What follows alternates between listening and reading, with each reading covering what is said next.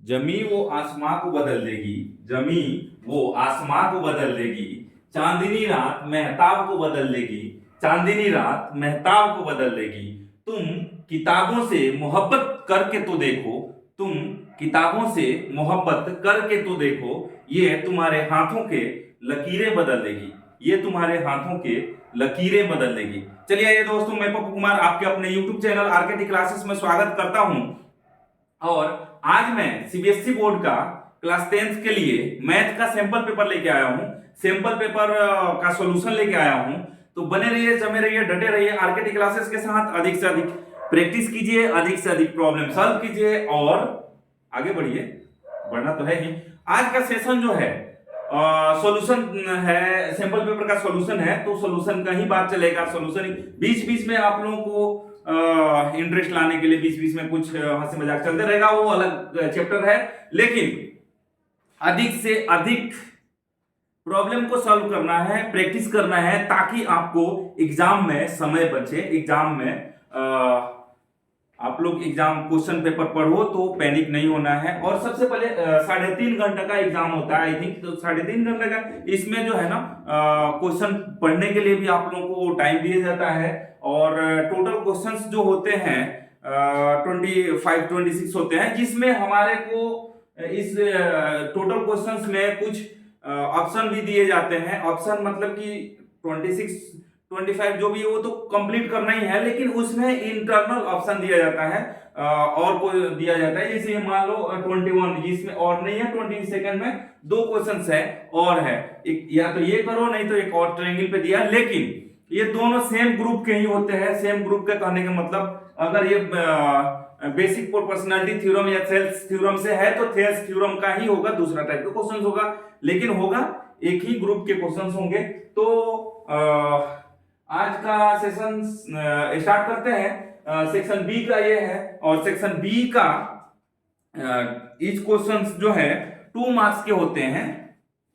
Each questions जो है 2 marks के होते हैं सेक्शन बी में। और सेक्शन ए में ईच क्वेश्चन जो है 1 मार्क्स के होते हैं।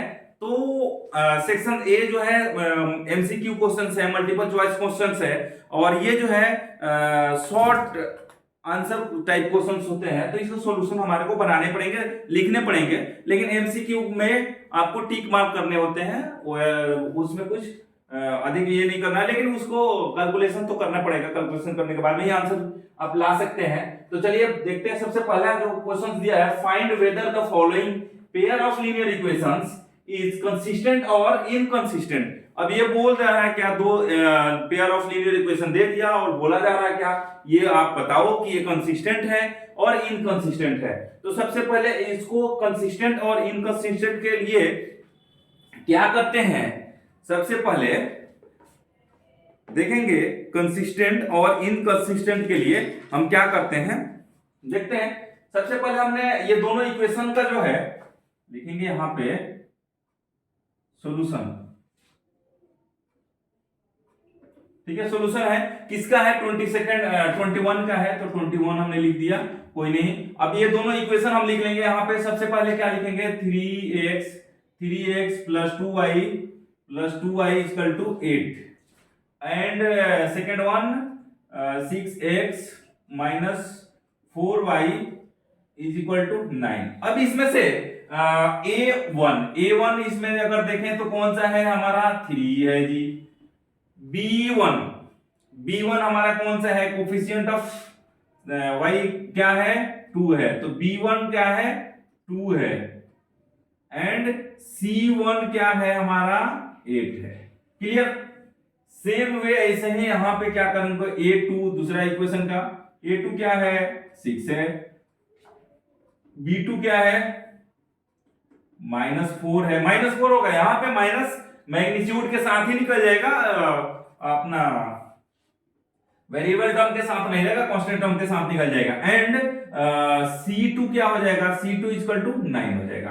अब यहां पे हम लिखेंगे क्या, A1 by A2 is equal to कितना हो जाएगा, A1 बाई A2 हमारा क्या हो जाएगा, A1 का वैल्यू कितना दिया हुआ, 3 दिया है, एंड A2 का वैल्यू कितना दिया है, 6 दिया है, क्या हो जाएगा, 2 हो जाएगा, equal to 1/2। Clear. Then b1 by b2, b1 by b2 equal to कितना, b1 कितना दिया है 2 दिया है, b2 कितना दिया है -4 दिया है, क्या हो जाएगा 2 हो जाएगा, इक्वल टू 1/2 -1/2 है। Is a1 by a2 is equal to b1 by b2, क्या है दोनों इक्वल है, क्या दोनों इक्वल है, नहीं है, ये माइनस में, मैग्नीट्यूड माइनस में, यहाँ पे ये दोनों इक्वल नहीं है तो नॉट इक्वल। अगर नॉट इक्वल है तो हम लोग कंडीशन पढ़े हुए हैं, क्या कौन सा कंडीशन, अगर नॉट इक्वल है दोनों इक्वल, दोनों जो है a1 by a2 equal to b1 by b2 अगर नहीं इक्वल है तो क्या क्या कंडीशन है, इनकंसिस्टेंट है, क्या इसको बोलेंगे, इनकंसिस्टेंट बोलेंगे, क्या बोलेंगे, इनकंसिस्टेंट। बहुत इजी है, बहुत ही अच्छा क्वेश्चन है, तो आप लोग को बस प्रैक्टिस करते रहना है और पढ़ते रहना है और आगे बढ़ते रहना है। अगर थोड़ा सा दिमाग लगाना है, इसमें कितना 2 नंबर का क्वेश्चन है, इतना कुछ लिखना पड़ता है, अरे इतना कुछ नहीं लिखना, अगर जानते हैं तो बहुत कुछ लिख सकते हैं, नहीं जानते हैं तो कुछ भी, ये बहुत बड़ा टफ लगेगा, ऐसा कुछ नहीं है। अगर प्रैक्टिस है बहुत ही इजी है, प्रैक्टिस नहीं है तो बहुत ही टफ है। तो ऐसे ही आगे बढ़ना है। क्या है अगला क्वेश्चन, क्या है, अब इसमें दिया है क्या, ये हमारे को प्रूफ करना है AE by ED equal to BF by FC, यही हमारे को प्रूफ करना है। तो सबसे पहले हम क्या कर लेंगे, यहाँ पे हम इसी फिगर को बना लेंगे एक बार फिर से, या इसी पे हम एक कंस्ट्रक्शन कर देते हैं। कंस्ट्रक्शन क्या करेंगे हम, आप लोगों को बनाना पड़ेगा आंसर शीट पे, मैं इसी में कंस्ट्रक्शन एक कर ले रहा हूं। इसको हमने क्या किया, ज्वाइन कर दिया, किससे से, कंस्ट्रक्शन लाइन से ज्वाइन किया हमने, ठीक है, कंस्ट्रक्शन लाइन से हमने ज्वाइन कर दिया, ठीक है, कंस्ट्रक्शन लाइन से ज्वाइन कर दिया, कहां पे, इसको जी पे मीट करा दिया, जी क्लियर। तो यहां पे लिखेंगे गिवन में क्या दिया हुआ है, लिख देंगे क्या 20 सेकंड है, 20 सेकंड है ना, इसमें गिवन लिखेंगे सबसे पहले। गिवन क्या दिया है, गिवन में A B parallel to CD parallel to EF, clear, यही दिया है, A B parallel to CD parallel to EF। और प्रूफ क्या करना है, टू प्रूव देखो कितना कम लिखना पड़ता है, to proof AE by ED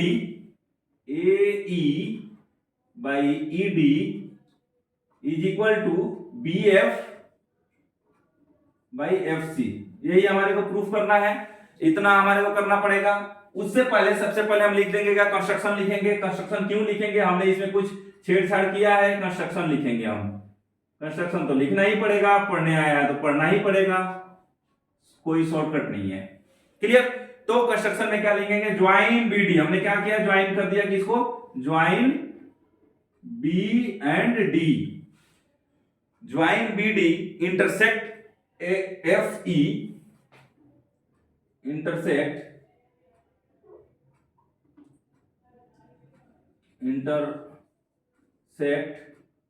FE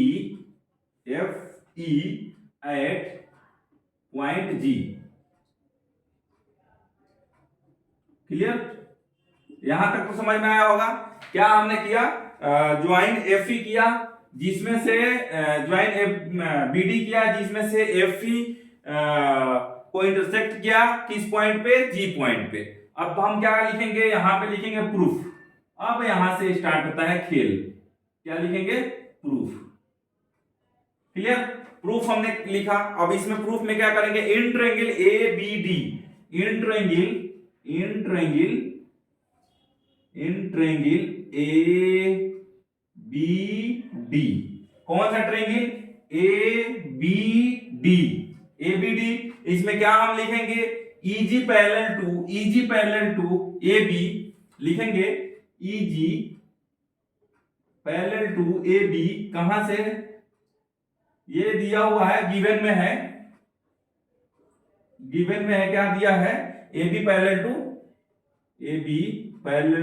to क्या दिया है, AB पैरेलल टू EF दिया है, ऑलरेडी दिया हुआ है, वहीं से हमने लिख लिया, इसका मिड पॉइंट से लिख लिया, कोई इशू नहीं है। तो यहां से हम लिख सकते हैं क्या, यहां से लिख सकते हैं AE divided by ED, AE divided by ED is equal to BG divided by DG, BG divided by DG, BG divided by GD लिख देते हैं, GD। क्लियर? और इसको ले लिया हमने 1। कहां से आया ये? बाई BPT या थेल्स थ्योरम बोल दो, कोई इशू नहीं है। ठीक है, इसको हमने ले लिया 1। अब इन द सेम वे फिर से हम क्या कर लेंगे, in triangle DBC, in triangle DBC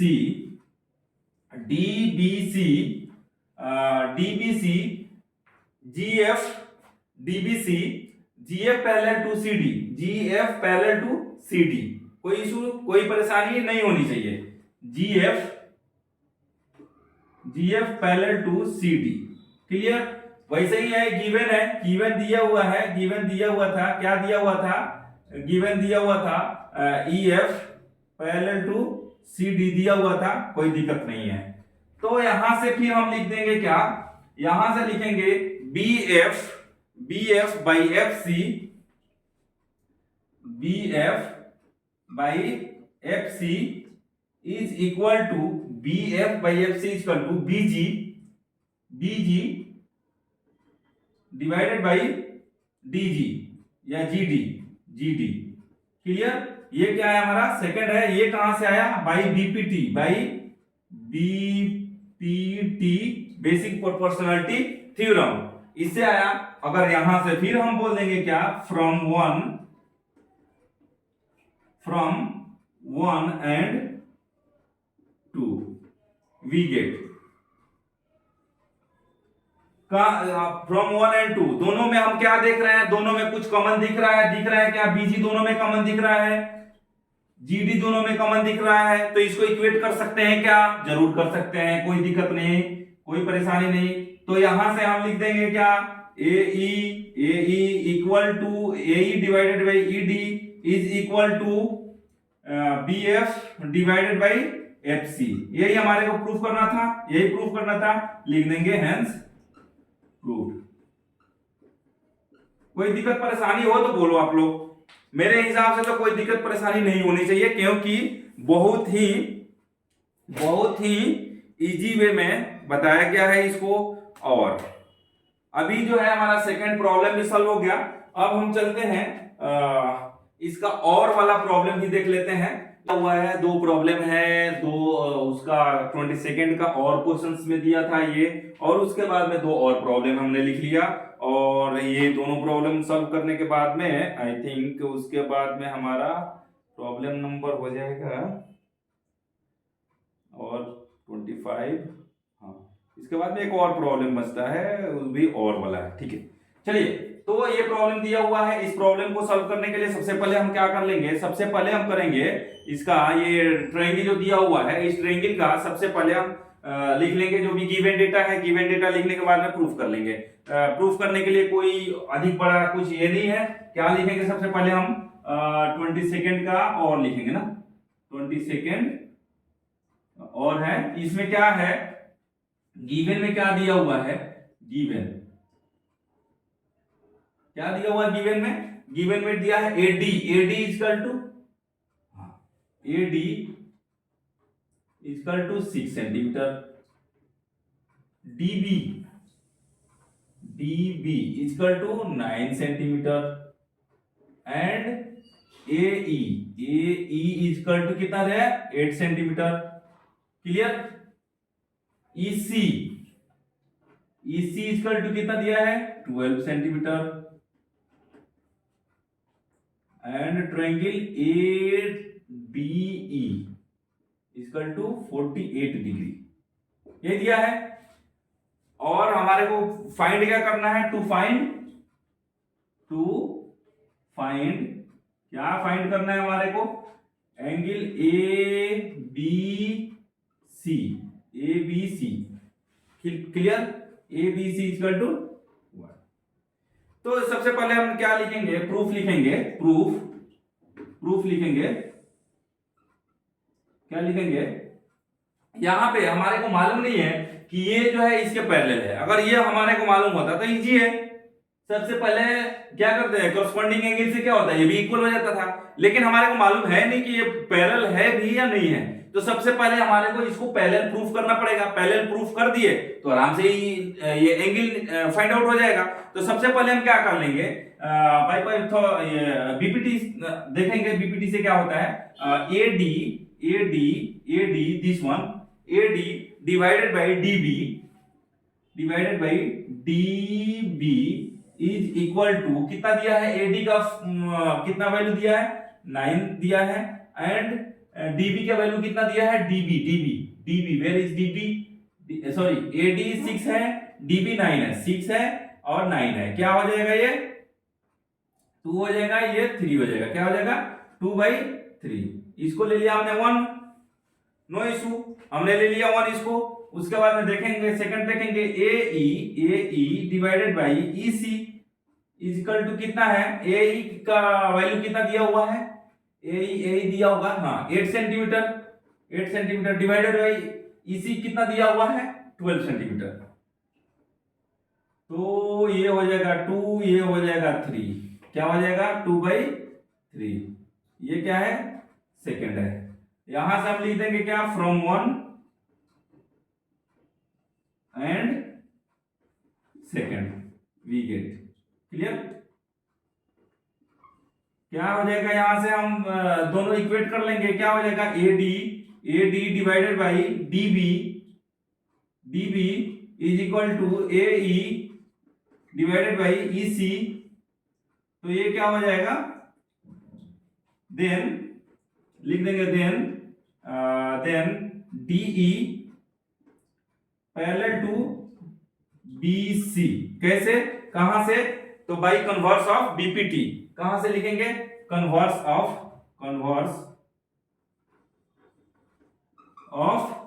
BPT, basic proportionality theorem का कन्वर्स ये है। तो अगर ये प्रूफ, ये हमारे को पैरेलल फाइंड आउट हो गया, तो अब हम सबसे पहले क्या कर लेंगे, सबसे पहले लिख देंगे क्या, इसलिए so angle ADE is equal to angle AB, थोड़ा बी लिखने का तरीका गड़बड़, ABC is equal to 48 degree. कहां से हमने लिखा, by corresponding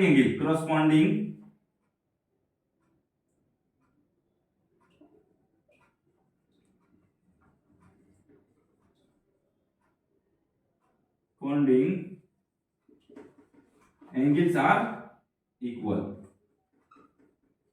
clear.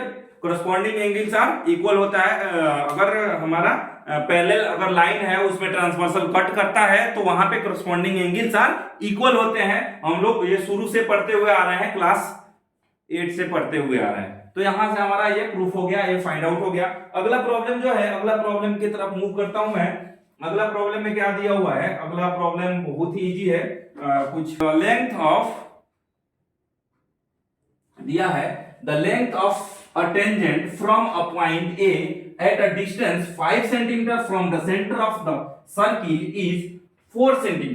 Find the radius of the circle. अब यहाँ पे 4 सेंटीमीटर का एक टेंजेंट दे दिया है और रेडियस पूछा जा रहा है। तो इसको रेडियस, और ये 4 सेंटीमीटर का टेंजेंट है, तो टेंजेंट का एंड पॉइंट सर्किल के टच कर रहा है वो नहीं, लास्ट पॉइंट से सर्किल का सेंटर का डिस्टेंस दिया हुआ है कितना, 5 सेंटीमीटर दिया हुआ है। अगर इसका मैं एक इसका ये बना दूं, डायग्राम बनाऊं, तो शायद कुछ ऐसे होगा, सर्किल लड्डू बन गया, ऐसा नहीं बनाना था इसको। एक सर्किल बनाता हूं गोल सा, एकदम बढ़िया सा। आप लोग को हंसना नहीं है, हंसना माना है। सर्किल ही तो बना रहा हूं, कोई यहाँ पे मैं क्राइम तो नहीं कर रहा हूं। चलो कुछ हद तक गोल हुआ। तो यहाँ पे टेंजेंट जो है, टेंजेंट हमारा यहाँ से कुछ स्टार्ट हो रहा है, तो ये टेंजेंट का यहाँ पे कुछ एंड हुआ और यही जो है यहाँ पे आता है और ये जो है ये सेंटर है। तो यहाँ पे बोला जा रहा है क्या, ये 90 डिग्री है, ये 4 सेंटीमीटर है और इसको बोला जा रहा है 5 सेंटीमीटर। क्लियर। और इसको अगर देखें तो इसको हमने पॉइंट लिया, ए दिया हुआ ऑलरेडी वहां पे दिया हुआ है, इसको दिया हुआ है टी पॉइंट दिया है, ये है ओ। क्लियर। तो यहाँ पे अगर देखें तो ये बहुत ही इजी है, इसको देख के ही प्रॉब्लम, बहुत लोग तो मुस्कुरा रहे हैं, बहुत लोग तो इसको देखते ही सॉल्व कर दिए होंगे। क्या है यहाँ पे, कुछ नहीं है, बाई पाइथागोरस थ्योरम अप्लाई करेंगे और इसका फाइंड आउट कर लेंगे। कितना आ जाएगा, आंसर तो आएगा 3, मेरे को दिख रहा है 3 5 और 3 5 4।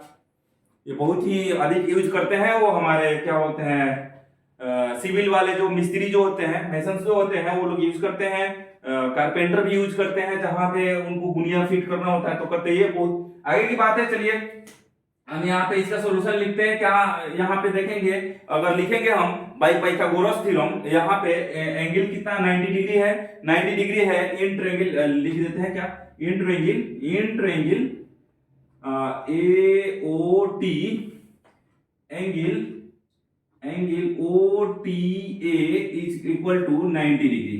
अब तो क्लियर दिख रहा होगा। अब यहां पे लिखेंगे क्या, बाई पाइथागोरस का स्पेलिंग बार बार मैं भूल जाता हूं, क्या होता है, P Y T, pytha P H goras. Clear. Pythagoras theorem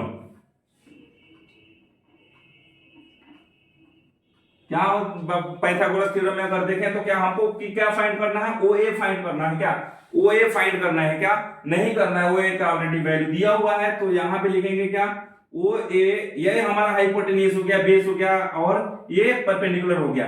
O A square is equal to O T square plus T A square, यही हो जाएगा आई थिंक।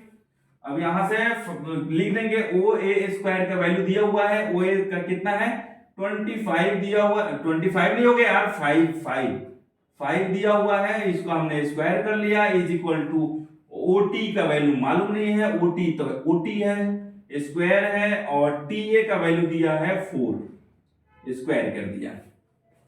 बाकी जो है आप लोग इसका यूनिट्स लिखना ना भूलें, हम यहाँ पे ऐसे ही लिख रहे हैं, यूनिट अगर पढ़ रहे हैं तो यूनिट तो लिखना पड़ेगा। ये हो जाएगा 25 हो गया, और ये हो गया ओटी स्क्वायर हो गया, ये हो गया आपका 16। ये नहीं बोलना है मास्टर तो लिख नहीं रहे, हम क्यों लिखेंगे, नंबर आपको लेना है, पढ़ाई आपको करना है, हम तो बस पढ़ा रहे हैं, आपको समझा रहे हैं। ठीक है। तो यहां से OT square is equal to क्या हो जाएगा 25 माइनस 16, क्या हो जाएगा ये OT square, OT square is equal to 9। Clear. तो यहां से हम क्या हो गया, वैल्यू क्या हो गया, ओटी इज इक्वल टू क्या हो जाएगा 3 सेंटीमीटर। 9 का रूट अंडर कितना होता है, 3 सेंटीमीटर होता है, आई थिंक यही होता है, हाँ जी यही होता है जी। तो यहाँ पे हमारे को रेडियस मिल गया कितना, 3 सेंटीमीटर मिल गया, यही तो हमारे को चाहिए था, और मिल गया यहाँ पे 3 सेंटीमीटर। अगला प्रॉब्लम देख लेते हैं, बहुत ही इजी है, बहुत ही शानदार है, बहुत ही अच्छा है। प्रॉब्लम तो प्रॉब्लम होते हैं, प्रॉब्लम कभी शानदार नहीं होते हैं, ये माइंड में सेट करके रखना है। और अगला प्रॉब्लम की तरफ मूव करते हैं। 24 नंबर प्रॉब्लम है, इसमें क्या दिया हुआ है, ट्रिग्नोमेट्री से रिलेटेड है, क्या दिया हुआ है 24 नंबर प्रॉब्लम में, देख लेते हैं। बहुत लोग जो है ट्रिग्नोमेट्री छोड़ के भाग जाते हैं, बोलते हैं कि नहीं ये तो कुछ समझ पल्ले नहीं पड़ रहा है, कुछ नहीं है इसमें। साइन स्क्वायर 60 डिग्री दिया है, प्लस 2tan 45 डिग्री है ना, 45 degree minus cos square 30 degree. Clear. तो यहाँ पे साइन स्क्वायर, साइन का वैल्यू कितना है, साइन का वैल्यू √3/2 होता है, √3/2 होता है, इसका होल स्क्वायर बोला जा रहा है, यही बोला जा रहा है, वैल्यू पुट करते रहना है और आगे बढ़ते रहना है। 2 है तो 2 है, tan 45 डिग्री का वैल्यू कितना है 1 होता है, 1 है तो 1 पुट करना है, आगे बढ़ना है। और cos 30 डिग्री का क्या होता है, √3/2 होता है, स्क्वायर है तो स्क्वायर हो जाएगा जी। कोई दिक्कत नहीं, कोई परेशानी नहीं है। यहां तक तो आ गया समझ में। और इसको लिख देना है 3/4 हो जाएगा प्लस 2 हो जाएगा माइनस 3/4 हो जाएगा। हाँ 3/4 कहां से आ गया यार, √3 का जब स्क्वायर करते हैं तो 3 होता है, रूट रूट कैंसिल हो जाता है ना। अब यहां पे हमारा हो जाएगा क्या, 3 प्लस 8 माइनस 3 डिवाइडेड बाई 4, ये हो गया खत्म। ये हो जाएगा 8/4 इज इक्वल टू 2। यही हो गया हमारा आंसर। कितना इजी है, बहुत ही इजी है। प्रॉब्लम है तो प्रॉब्लम के साथ डील तो करना पड़ेगा। Feel the math, deal the problem. अगला प्रॉब्लम की तरफ मूव करते हैं। अगला 2 ही प्रॉब्लम और है। एक हाँ 2 प्रॉब्लम है 25 नंबर, और उसका एक ऑप्शन है, वो सॉल्व करते हैं फिर आगे बढ़ते हैं। अब आज का सेशन यहीं पे खत्म करेंगे। अगला सेशन में फिर सेक्शन सी लेके आएंगे, सेक्शन सी लेके आएंगे, और उसके बाद में सेक्शन डी लेके आएंगे। 2-3 सेक्शन है वो उसको कंप्लीट करेंगे। लास्ट में सेक्शन ए करेंगे, क्योंकि सेक्शन ए जो है 20 क्वेश्चंस है, ईच कैरिंग 1 मार्क्स, तो उसको बाद में देखेंगे हम। अभी जो है ये लास्ट प्रॉब्लम है, इस लास्ट प्रॉब्लम को सॉल्व करेंगे और आज का सेशन यहीं पे हम खत्म करेंगे। आगे बढ़ेंगे, अगला सेशन के लिए तैयारी करेंगे, और आप लोगों को भी अगला आने वाले सेशन क्या प्रिपरेशन करना है, अधिक से अधिक प्रॉब्लम सॉल्व करना है, अधिक से अधिक प्रैक्टिस करना है, और अधिक से अधिक मार्क्स गेन करने हैं। तो जमे रहिए, डटे रहिए, बने रहिए आरकेटी क्लासेस के साथ। फिर जो है हम ये प्रॉब्लम सॉल्व कर लेते हैं, फिर आगे बातचीत तो होते रहेगा। बातचीत बहुत है, समय बहुत कम है, और बातें बहुत अधिक हैं। चलिए ये प्रॉब्लम जो दिया है, find the diameter of a circle, find the diameter of the circle whose area is equal to the sum of the areas of two circle of radii 40 cm and 9 cm। क्या बोला जा रहा है, एक circle का radius बताओ, radius नहीं diameter बताओ, जो जिसका एरिया जो है दो छोटे छोटे सर्किल का एरिया के बराबर है, जिसका दोनों छोटे सर्किल का रेडियस दिया हुआ है, रेडियाई बोला जा रहा है, मींस रेडियस का प्लूरल फॉर्म है रेडियाई। तो रेडियाई दिया हुआ है 40 centimetre and 9 centimetre, I think यही है ना, 40 सेंटीमीटर एंड 9 सेंटीमीटर। तो इन दोनों को हमारे को सॉल्व करना है। तो सबसे पहले हम लिख लेंगे क्या, सॉल्यूशन लिखेंगे। सॉल्यूशन लिखेंगे किसका है, 25 नंबर का है। क्या दिया हुआ है हमारे को, दिया हुआ है लिखेंगे एरिया ऑफ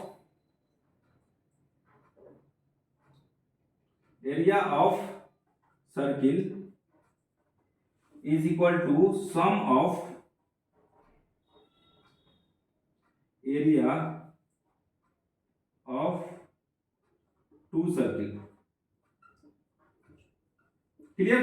तो सबसे पहले हमने इस लिख दिया। अब एरिया ऑफ सर्किल क्या हो जाएगा हमारा, पाई आर स्क्वायर होता है। बड़ा वाला सर्किल का बड़ा आर ले लिया, छोटा वाला सर्किल का दोनों का आर दिया हुआ है, तो pi r square means 40 square plus pi 9 into, sorry 9 का तो स्क्वायर करना है ना, 9 स्क्वायर, यही हो जाएगा आई थिंक।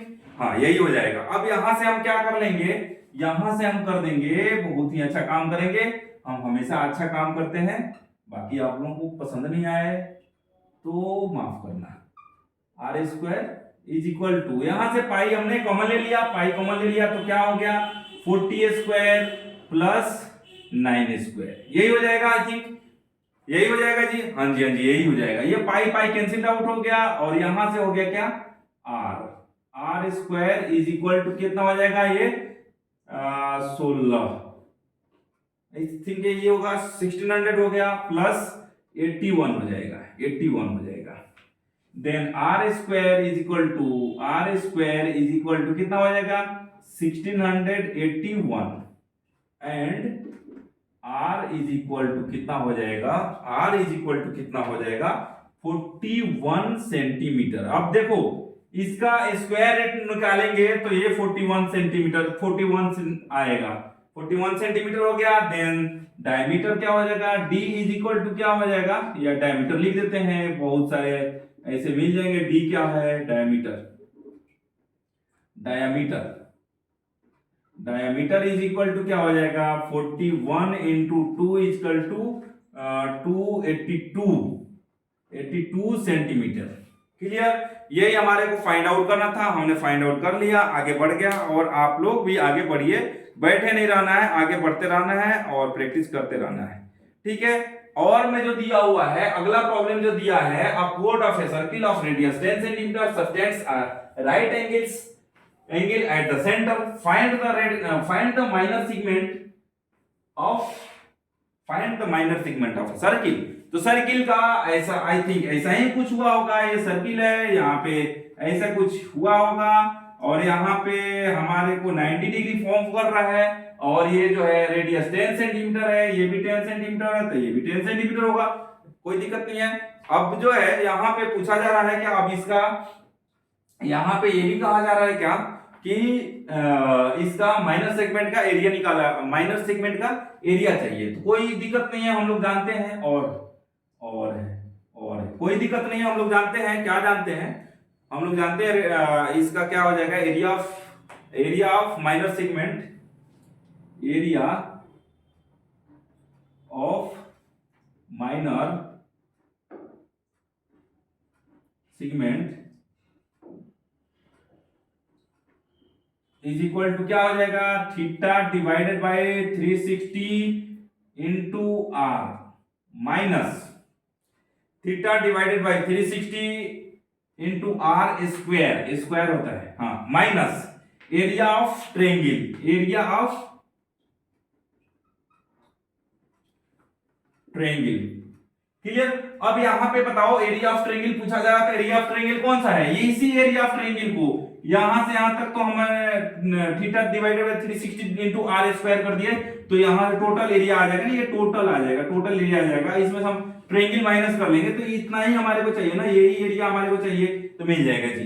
तो सबसे पहले क्या कर लेंगे, 360 डिग्री, ये थीटा का वैल्यू कितना है, 9 है, डिवाइडेड बाय 360 इंटू पाई का, पाई भी आई थिंक इसमें डालने थे ना, हमने पाई डालना भूल गया,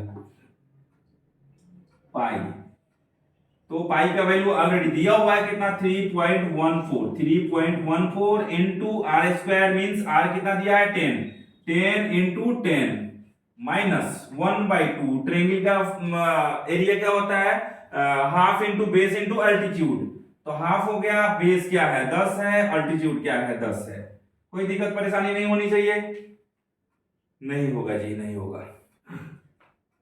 चलिए यहां से यहां इसको कैंसिल आउट किया, ये क्या हो जाएगा, 9 को 36 को कैंसिल करना है, क्या हो जाएगा, 4 हो जाएगा। यहां पे आ गया, क्या हो गया, ये हो गया 3.14 इंटू 100 डिवाइडेड बाई 4 माइनस कितना हो जाएगा, ये 5 हो जाएगा 50।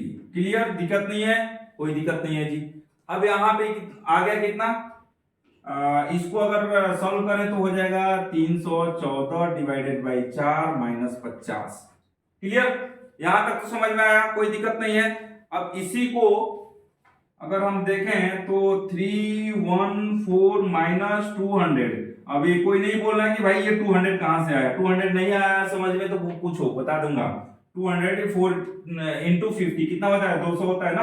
अब ये हो जाएगा 411 डिवाइडेड बाई 4, यही हो जाएगा 28.5, आई थिंक यही है ना, 28.5 सेंटीमीटर स्क्वायर, क्योंकि एरिया हमेशा स्क्वायर यूनिट होता है एरिया का, तो सेंटीमीटर स्क्वायर होंगे। चलिए फिर मिलते हैं अगला सेशन में, आज का सेशन यहीं तक। अगला सेशन में फिर से हम लेके आएंगे सेक्शन डी, सेक्शन बी तो हो गया, सेक्शन सी लेके आएंगे और बेसिक मैथ्स ही 2 दिन में कंप्लीट कर लेंगे। फिर लेके आएंगे हम स्टैंडर्ड मैथ्स लेके आएंगे। तो बने रहिए, जमे रहिए, डटे रहिए आरकेटी क्लासेस के साथ। अधिक से अधिक प्रॉब्लम सॉल्व कीजिए, अधिक से अधिक प्रैक्टिस कीजिए, अधिक से अधिक मार्क्स गेन कीजिए। फिर मिलते हैं नेक्स्ट सेशन में, तब तक के लिए मैं यही बोलूंगा, उम्र थका नहीं सकती, ठोकरें गिरा नहीं सकती। उम्र थका नहीं सकती, ठोकरें गिरा नहीं सकती, अगर जीत हो जीतने की तो हार भी हरा नहीं सकती। अगर जीत हो जीतने की तो हार भी हरा नहीं